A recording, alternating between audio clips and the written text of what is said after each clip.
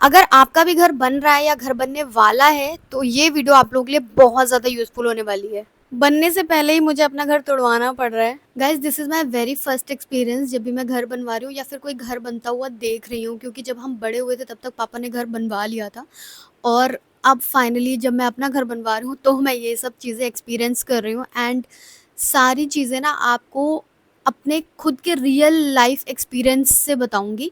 तो जब भी कोई प्लॉट लेते हैं ना तो सारे ही प्लॉट स्क्वायर नहीं होते हैं, कभी किसी का कोना निकला होता है, कभी किसी कोई साइड से ज़्यादा बड़ा होता है, एक तिकोना निकल जाता है।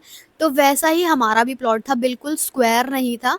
ये एक साइड से पीछे की तरफ से भागा हुआ और एक साइड आगे की तरफ से भागा हुआ है, तो बिल्कुल स्क्वायर नहीं है। अब जो नींव डली वो कुछ इस तरीके से डल गई कि पीछे से जो है ना 14 फुट का जैसे एक रूम बनना है तो पीछे से सीधा नाप के नींव डाल दी, लेकिन जो प्लॉट है वो तो स्क्वायर है ही नहीं, बट जो बीम डली है ना वो सारी टेढ़ी मेढ़ी तिरछी दिख रही है।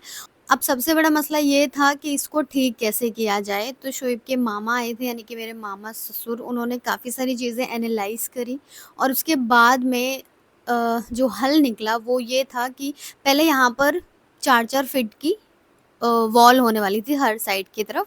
उसके बाद में ये डीपीसी होती है, तो छोटा-छोटा आप देख रहे होंगे, अभी आगे वीडियो में आप लोग देखेंगे। तो ये इसको डैम प्रूफ कोर्सिंग बोला जाता है, जो कि सीलन से बचाने के लिए किया जाता है। बट यहाँ पर जो सारी ये थी ये तिरछी हो गई थी, इसीलिए इसके ऊपर ही हमने ये डीपीसी कराई और सारी जो दीवारें हैं ना अब इसके ऊपर उठेंगी। तो सीलन से भी बचाव हो जाएगा और जो भी ये गलती हुई है वो भी हमारी थोड़ी बहुत ठीक हो गई है। अभी आप लोग देखना कि कितना ये सीधा दिखने लग गया है। एंड मैंने फुल व्लॉग भी बनाया हुआ है, लॉन्ग फॉर्मेट व्लॉग, वो आप लोग ज़रूर देखना जा करके।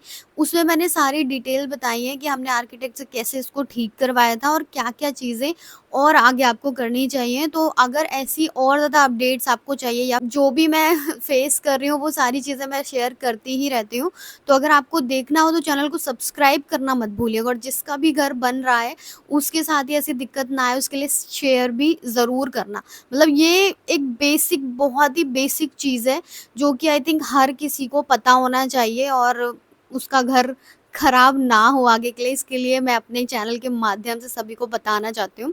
सो गाइज़ यस, इसका लॉन्ग फॉर्मेट जब व्लॉग का लिंक आपको यूट्यूब पर देख रहे हैं तो यहीं पे मिल जाएगा।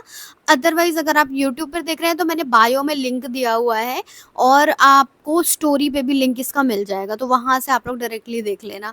बाकी बहुत ज़्यादा टेंशन है, बहुत ज़्यादा स्ट्रेस है इस टाइम पे कि हम आगे के स्टेप्स कैसे कर रहे हैं, क्या कर रहे हैं, बहुत ज़्यादा। भाई घर ना बनवाना आसान नहीं है, बहुत मुश्किल काम होता है। Hats off to our parents and हमें उनका बहुत ज़्यादा शुक्र अदा करना चाहिए।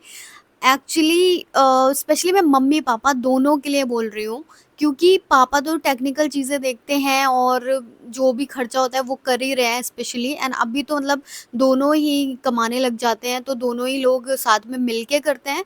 बट जो पूरे दिन घर में रह के भाई ये मिस्त्री और ये लेबरों के साथ झेलता है ना, वो होती है माँ।